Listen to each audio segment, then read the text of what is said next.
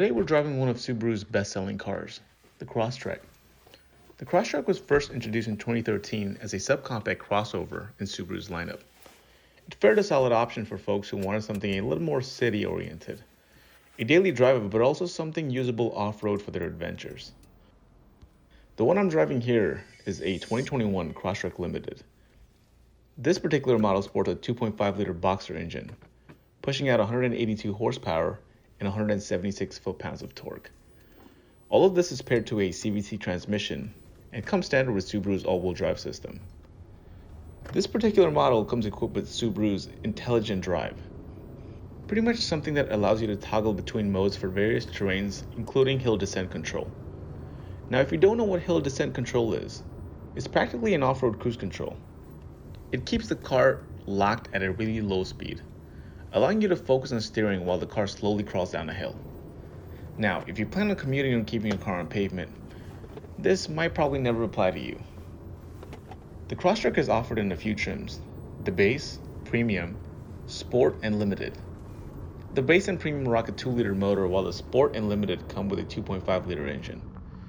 Differences carry over into safety features as well. Subaru's EyeSight driving assist technology comes equipped on the sport and limited trims only.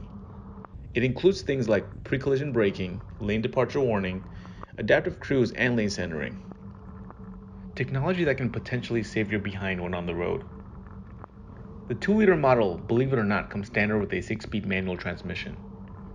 So if you're willing to ditch the safety tech and add excitement to your life, don't. Get the automatic and call it a day. Yeah, it's a CVT. And yeah, it's not going to blow your socks off.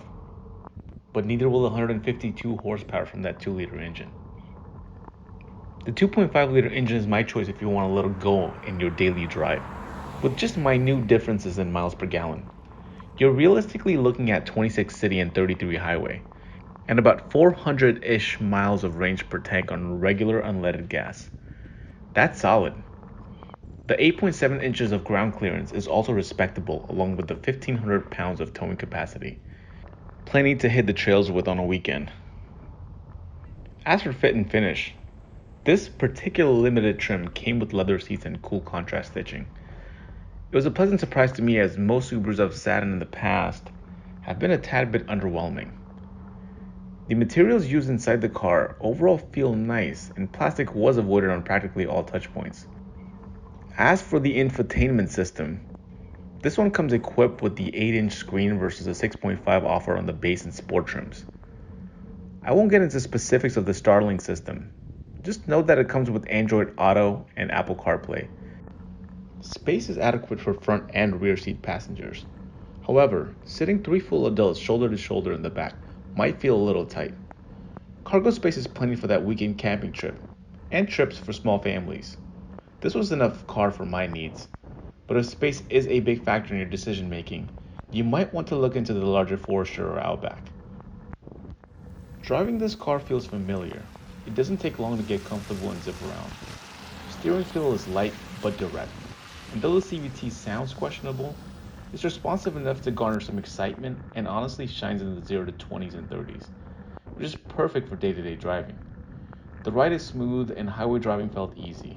If I were to be a little nitpicky, road noise could be a little quieter. Perhaps these are the compromises we make at this price point. Base models start at a low $22,445 and go up to $28,295 for the limited. That's a lot of bang for the buck under $30K in my opinion. In any case, if you're searching for a crossover, consider taking the Crosstrek for a spin, and you might be as pleasantly surprised as I was. Cheers and drive safe.